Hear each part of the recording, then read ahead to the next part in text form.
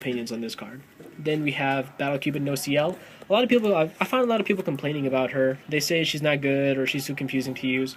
And yes, that is true. She is very confusing to utilize properly, but she does have her benefits.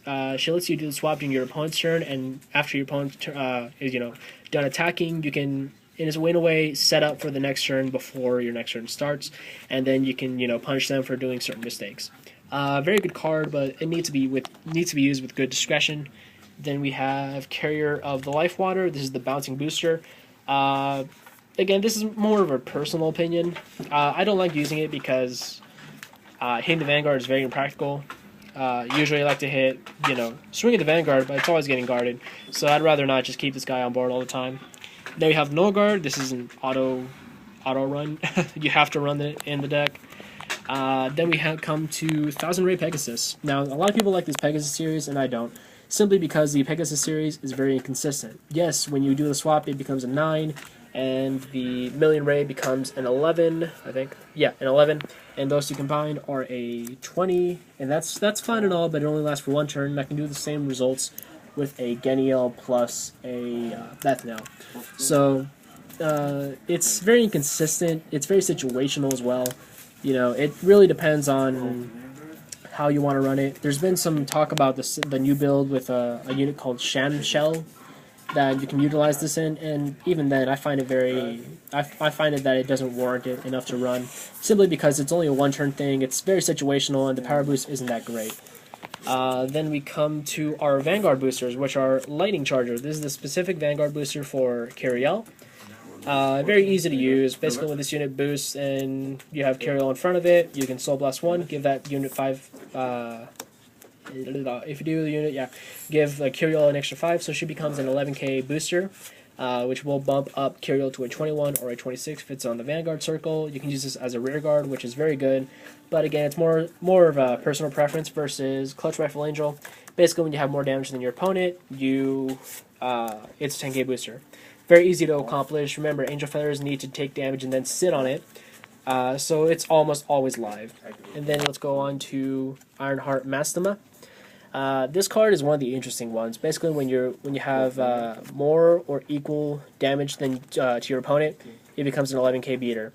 That's fine, but it's also it's kind of a weak point, because yes, you can swing for 11, but it's also an 8. So the opponent can simply call a booster like a Bethnel or a Bar, Gareth, for example, and just beat over him and really make you waste more cards than you need to. So it has its advantages, but also has its disadvantages. It's more of a personal preference if you want to run it over Barbiel, which is the generic 10k. Moving on, we have Holy Zone Penemu. Now, Penemu is the special interceptor. Basically, when she intercepts, she gains another 5,000. This is, again, another personal preference card. I feel like she doesn't need to be ran, though, simply because she's too much of a damage sponge, and the better damage sponge is Armoros, and I will talk to you about that later after this. Basically, Penemu soaks up damage, which means the opponent will most likely try to go after her more, and it can stave off damage from your Vanguard if you keep guarding for her, but then again, it wastes too many resources in your hand. You'll need to guard more just to keep Penemu alive and keep trying to absorb that damage.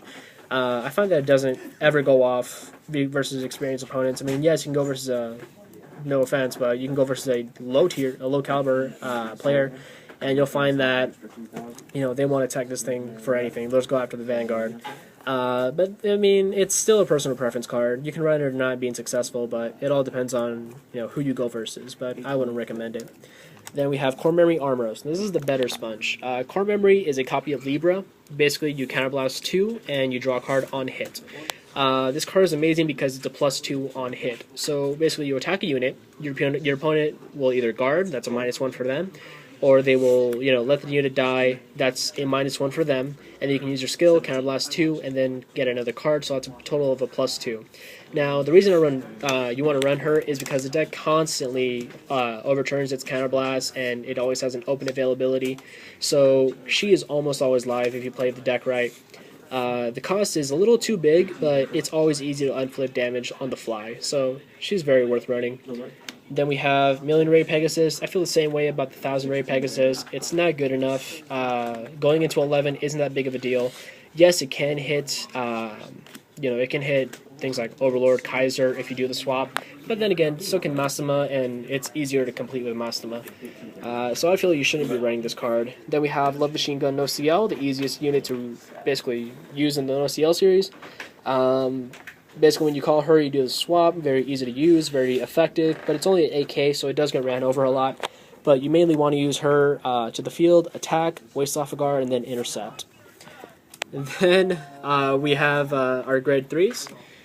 We have Circular Saw Kyriel. She's a staple. She's kind of like the CEO of them. You always want to run her in every build you can. She's always very good. She's the attacking limit breaker. So when you have 4 or more damage, she becomes a 15 on attack. And her skill is very interesting. It gives you a +1 on ride. So basically when you ride her, you counterblast 1, and you pick up a face-up card on your damage, and you call that to your field.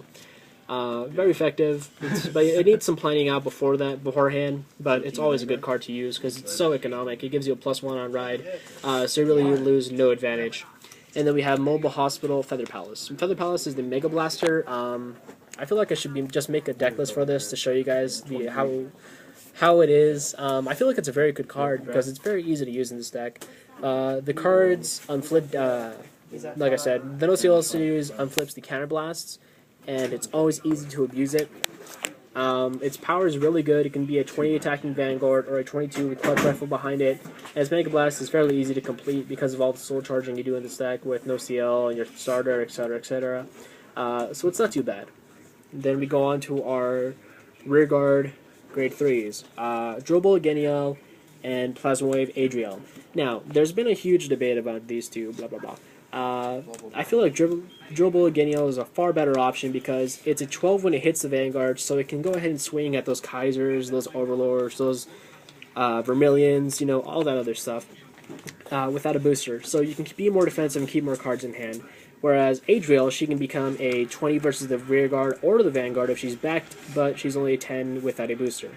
Now, I prefer Genial because going 20 versus the rear guard isn't too important. You can always swing at the rear guard with maybe a 15 or higher, and the opponent will either guard or not. So it's not too much of an issue.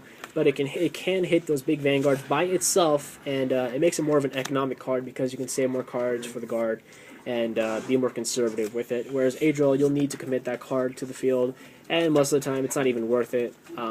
Yes, having an Adriel with a Bethnal behind it going in for 20 is fine, but you can do the same thing with Genial. So I feel that Genial's advantages outweigh Adriel's, simply because I don't find a need to go versus the rear guard with such high numbers. They'll always just say no guard because they really can replace that unit later. So yeah, that's been a small overview. Well, not really small.